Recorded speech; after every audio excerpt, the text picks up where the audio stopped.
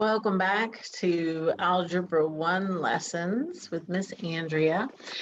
Today we're going to be getting into Module 5, which online, the units got messed up in the online book, not in the videos that we're doing today, but the online book, they have it listed as Unit 3, but it's actually Module 5. So Module 5, and it's going to be page 2. So lesson 5.2 is what we're working on today.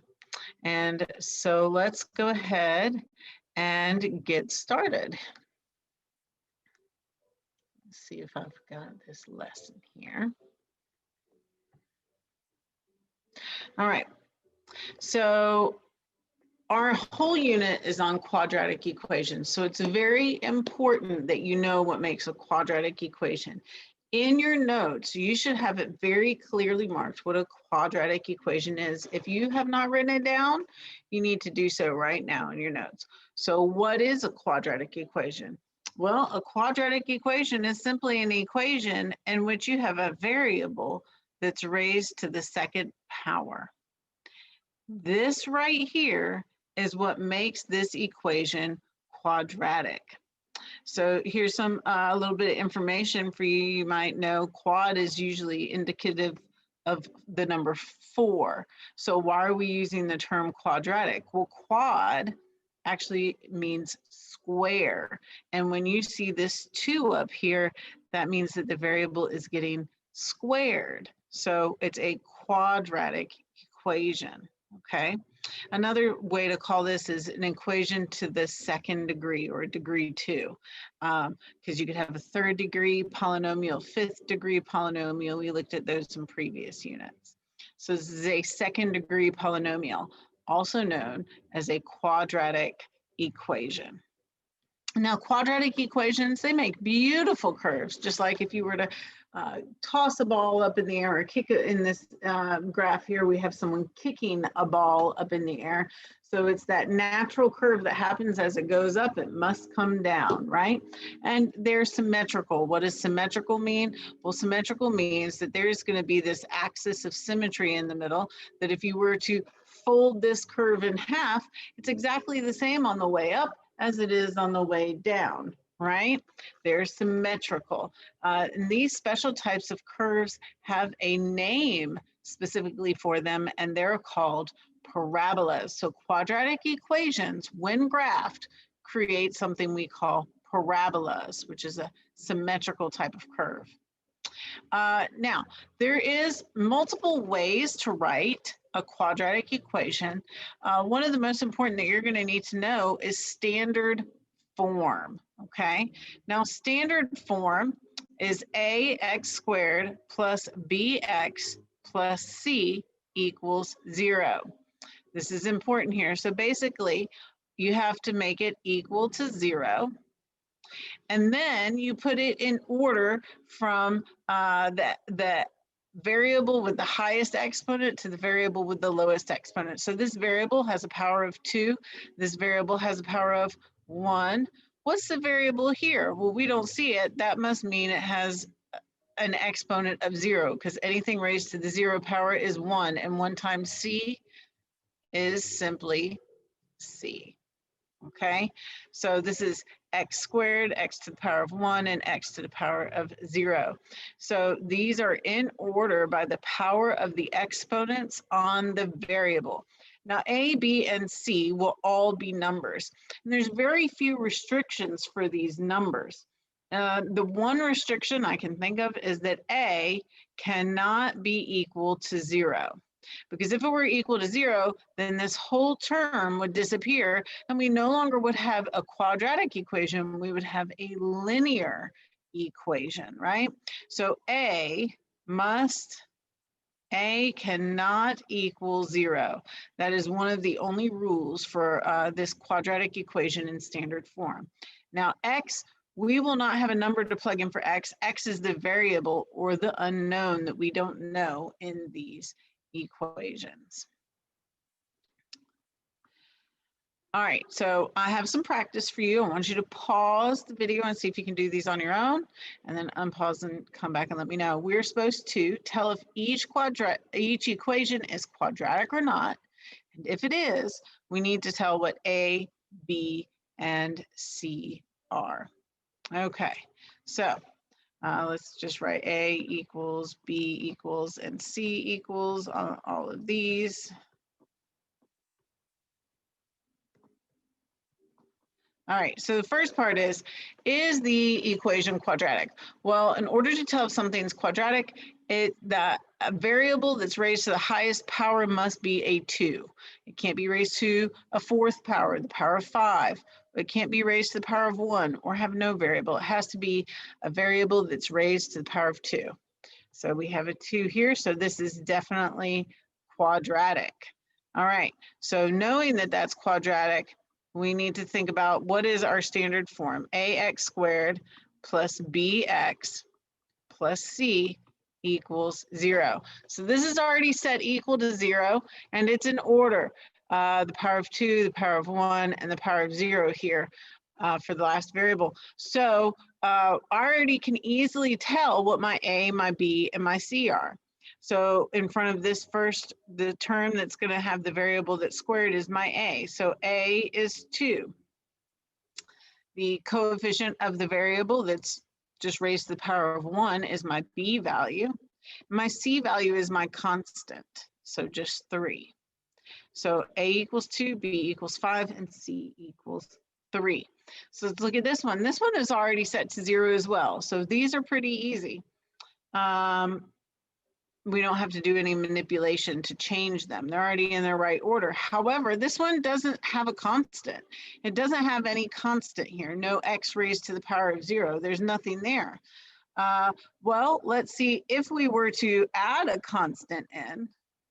If we were to add something, what could we add to this that wouldn't change the equation?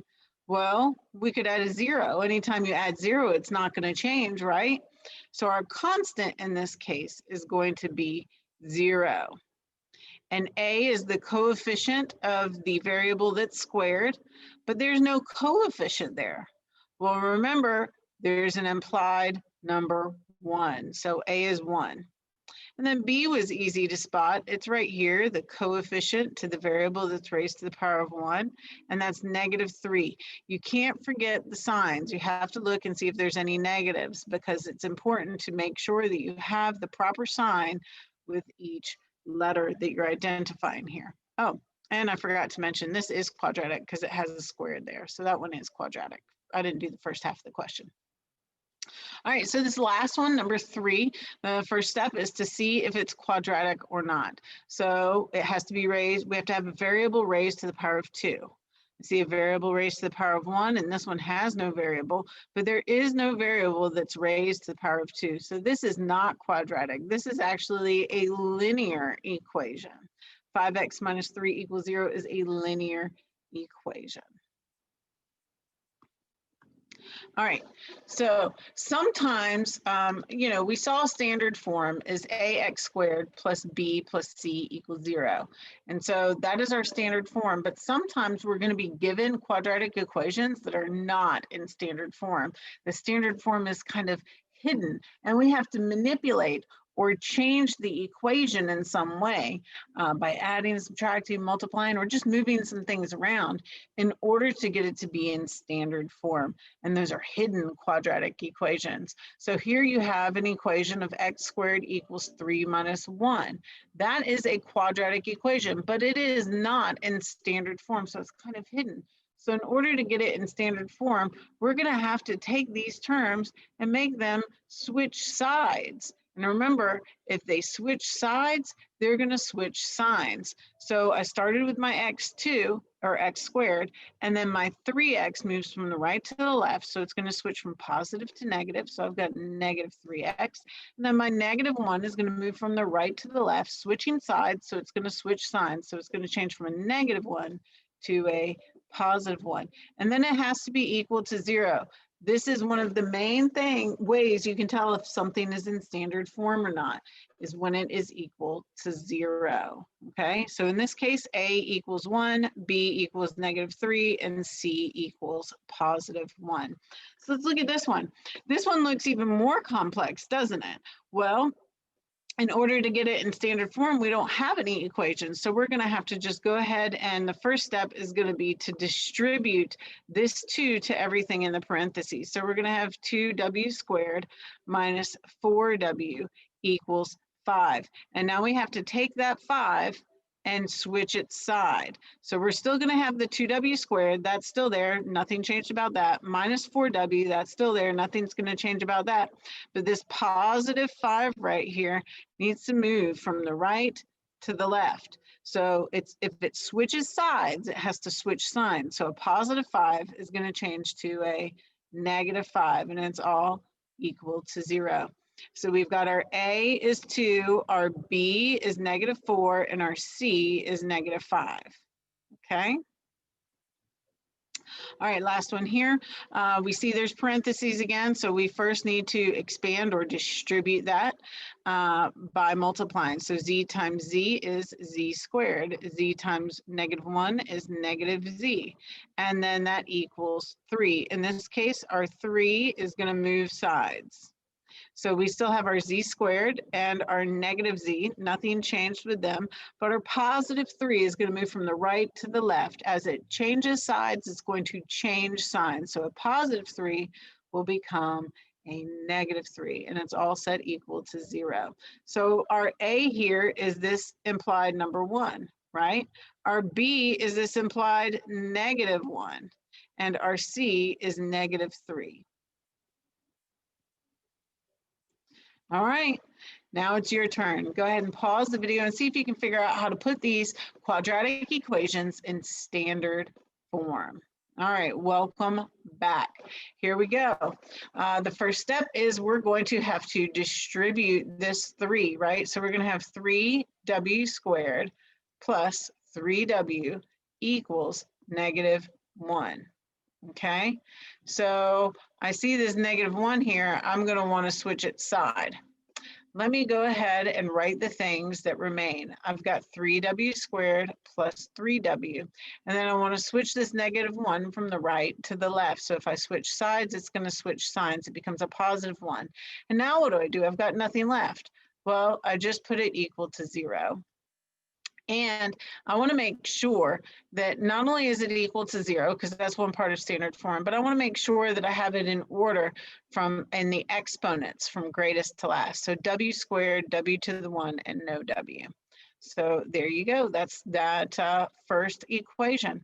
Now this one, 4x squared equals 2x. Remember, our first step is to get it to equal 0. There's no expansion or distribution I have to do in this one like I did the first one. All I have to do is just take this and move it to the other side. So I've got 4x squared, nothing changed about that. And my positive 2x on the right is going to become a negative 2x on the left. And then it's set equal to 0. So in this case, we have A equals 4, we have B equals -2. Well, what is C? Remember, if there's no constant here, C is going to be 0. Okay, so up here we had A was 3, B was 3, and C is 1. All right, let's try this last one here. B squared minus B equals 2B plus 3. Okay, that's a lot of B's. Let's think about this. Well, I want to get 0 on the right. So I need to move everything that's on the right over to the left. So the first thing I want to do is we're going to get rid of that 2b there. And then I want to get rid of this one by moving it that way. So let me go ahead and write this. I've got a b squared and a minus b. Nothing changed about them. See, b squared and minus b, nothing changed whatsoever. Now my 2b is positive on the right, so on the left, it's going to be a negative 2b. Okay, and then my 3 is positive on the right, so on the left, it's going to be negative. And then I have to put an equal 0 because I moved everything over there. There's nothing left. 0 means nothing, right? Now, this isn't quite right. there's another step I have to do more than just moving the stuff over, because now that I have everything moved over, I need to combine my like terms, because I'm only supposed to have one term that has a variable with the power of 1. So I see that there's only one term that has the variable squared, and that's b squared. So that's just going to stay just the way it was. But here I have some like terms. They both have b to the power of 1, right? B to the power of 1. And here I have an implied -1, and this is a -2. So combining my coefficients is what you do. You add your coefficients when you're combining like terms, so this becomes -3. And then I only have one constant here, so I'm going to write that down here, -3, and it equals 0. So A equals what? An implied number 1, right? A equals 1, B equals -3, and C equals -3. This is A, B, and C.